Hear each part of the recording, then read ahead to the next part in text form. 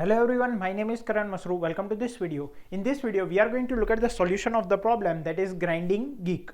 First of all, let us start by understanding the question. What does it say? Geeks for Geeks has introduced a special offer where you can enroll in any course, and if you manage to complete 90% of the course within 90 days, you will receive a 90% of refund. Okay, so if you purchase any course and within 90 days, if you can complete 90% of the course, you will get 90% refund of the amount you paid. Geek was fascinated by this offer. This offer was valid only for N days, and each day a new course was available for purchase. So the offer was valid for N days. Geek was interested, and every day one new course was available to purchase. Okay, Geek decided that if he bought a course on some day, he will complete that course on the same day itself and redeem this much cost of redeem the 90%, the floor of 90% of the course amount back. Find the maximum number of courses that Geek can complete in those days if we had total this much total amount initially. So there are n courses, there are n days this offer is valid, and every day new course is available to purchase. Okay, so what Geek is planning, he will purchase a course on some day and complete it on the same day. And when he completes it on the same day, he also gets the refund on the same day. Okay, how much refund he gets? Floor value of 90% of the course. Okay, and so that let's say on the ith day Geek decided to purchase the course, so he will get 90% refund on the same day. So when he goes to the I+1th day, he can use that amount also to purchase the course. Okay, so he and initially he had this much total amount of initially. This is a variable in which the amount is given. On any day, Geek can only buy the new course that was made available for purchase that day. Okay, so on the ith day, Geek can buy the course which was made available on the ith day only. For example, if n equals to 2 and the total amount of money available is 10, then what the Geek can do is on the first day he can purchase this course because the cost of this course is 10. If he completes that course on the same day, he will get 90% refund. He will get 9 rupees refund on the same day. He can use that refund to purchase the course on the next day. So he can purchase both the courses. So the maximum number of courses he can purchase is 2. So keeping the conditions in mind, and if whenever Geek purchases some course, if he completes on the same day and gets the refund on the same day, and if this way proceeds, we need to tell what is the maximum number of courses Geek can purchase. Okay, so you can have a look at this second example also, and the output is 10. Okay, here Geek can buy and complete all the courses that cost 1. Okay, so here what will happen, Geek if he purchases this course whose cost is 10, he will get 90% refund, right? Then he can use that 90% refund. He will have 9 rupees back. Okay, then he will purchase one course here. Now how much refund he will get here? Out of 1 rupee, if we take 0.9 into 100 into 0.9, that is floor value of 91, it is 0.9, and the floor value is 0.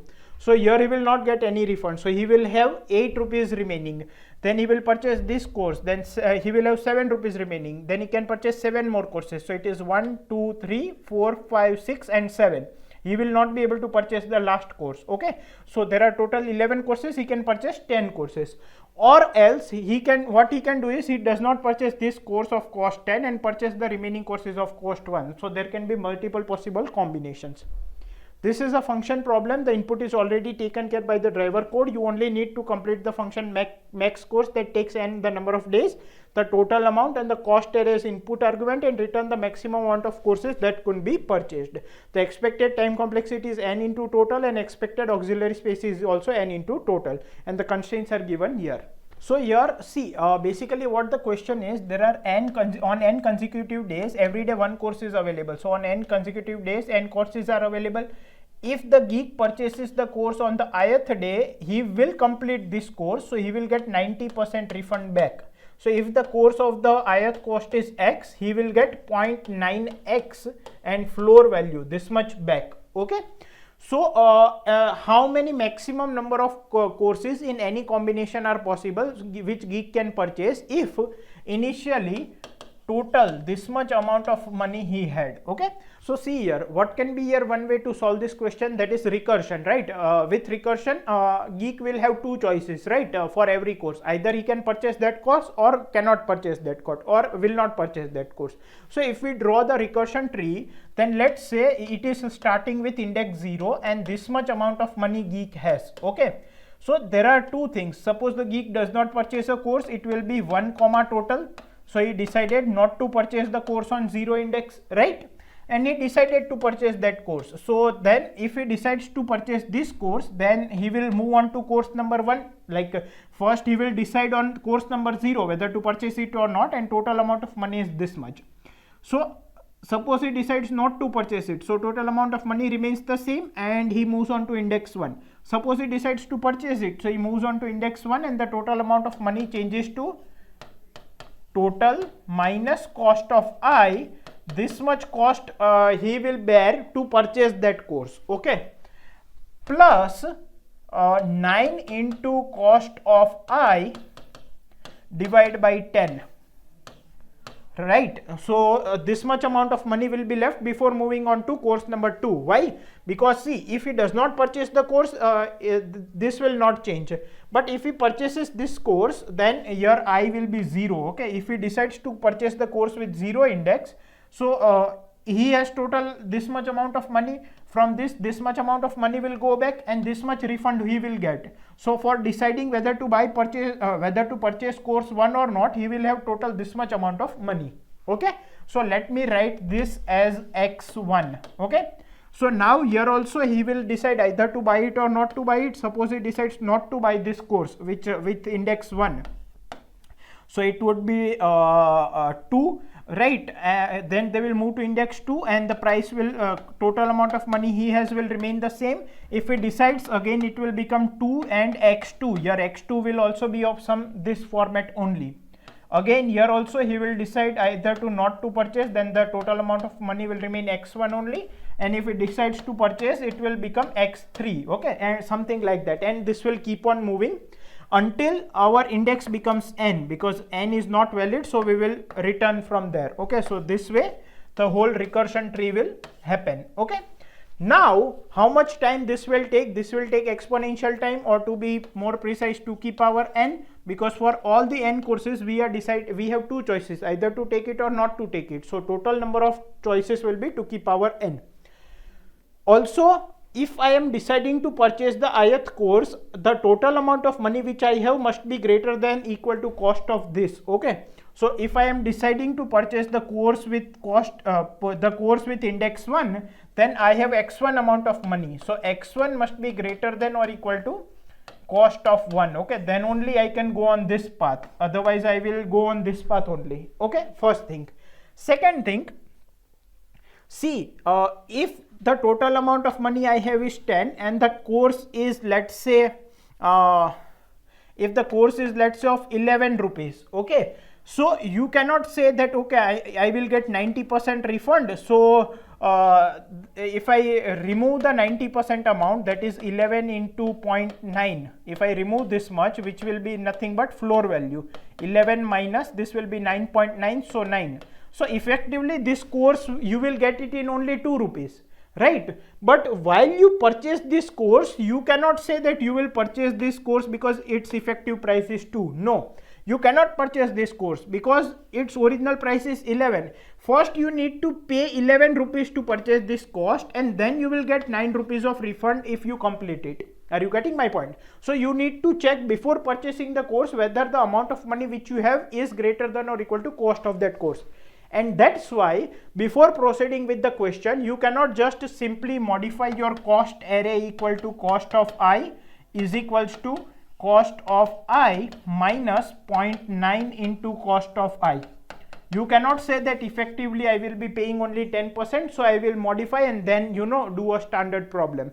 No, this will give you wrong answer. Okay, so you must remember this. Okay, now one more thing, this will take exponential amount of time, so it will give us time limit exceeded. So how can we solve it? See, here there will be overlapping sub problems.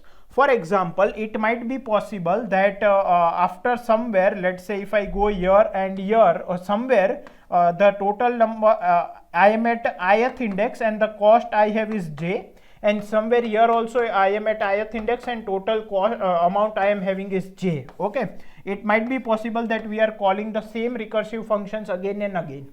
So if there are overlapping sub problems, we can do it with dynamic programming.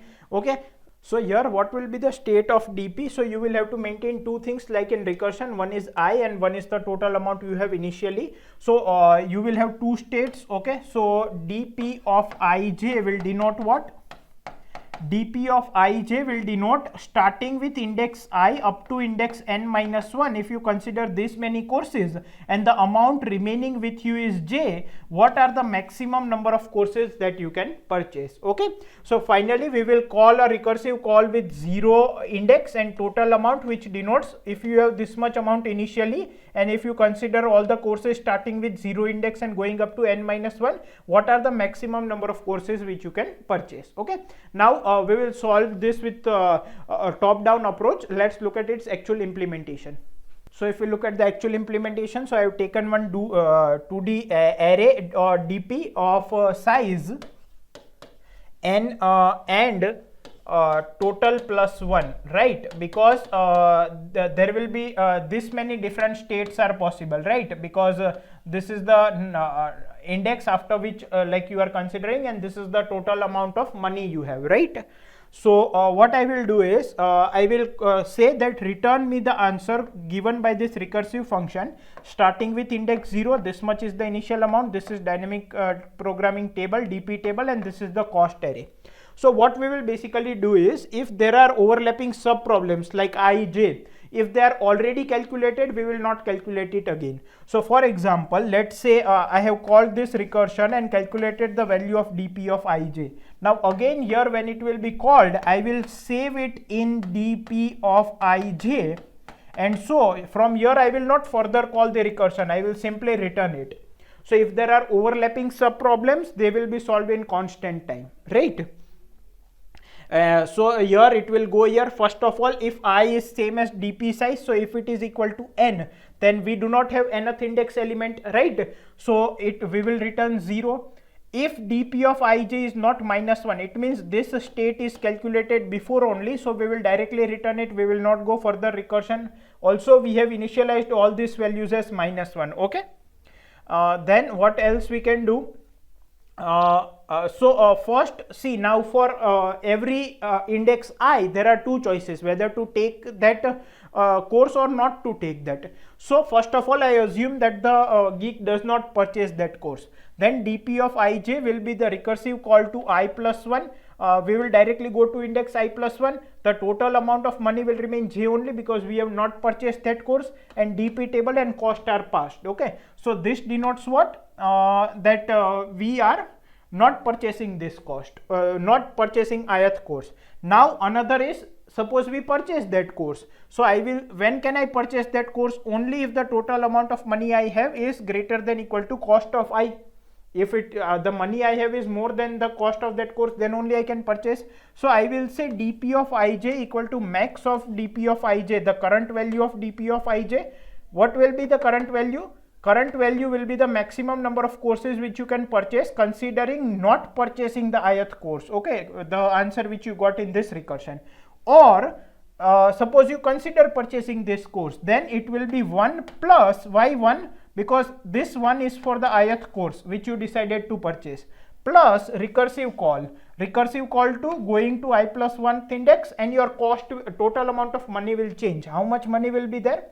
You had a total j amount of money, this much amount you spent purchasing that course, and this much refund you got. So this will be the total amount in the next recursion, and dp and cost table will also be passed in the function.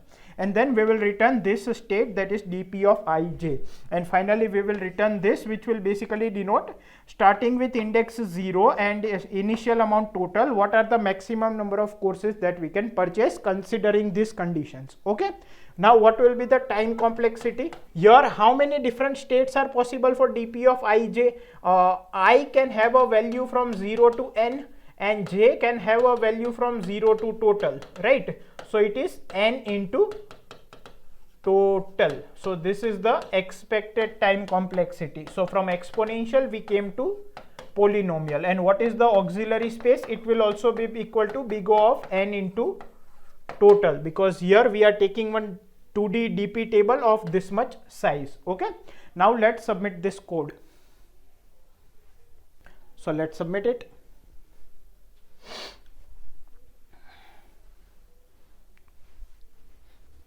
So we have solved this question successfully. I hope you have understood this solution completely. Thank you.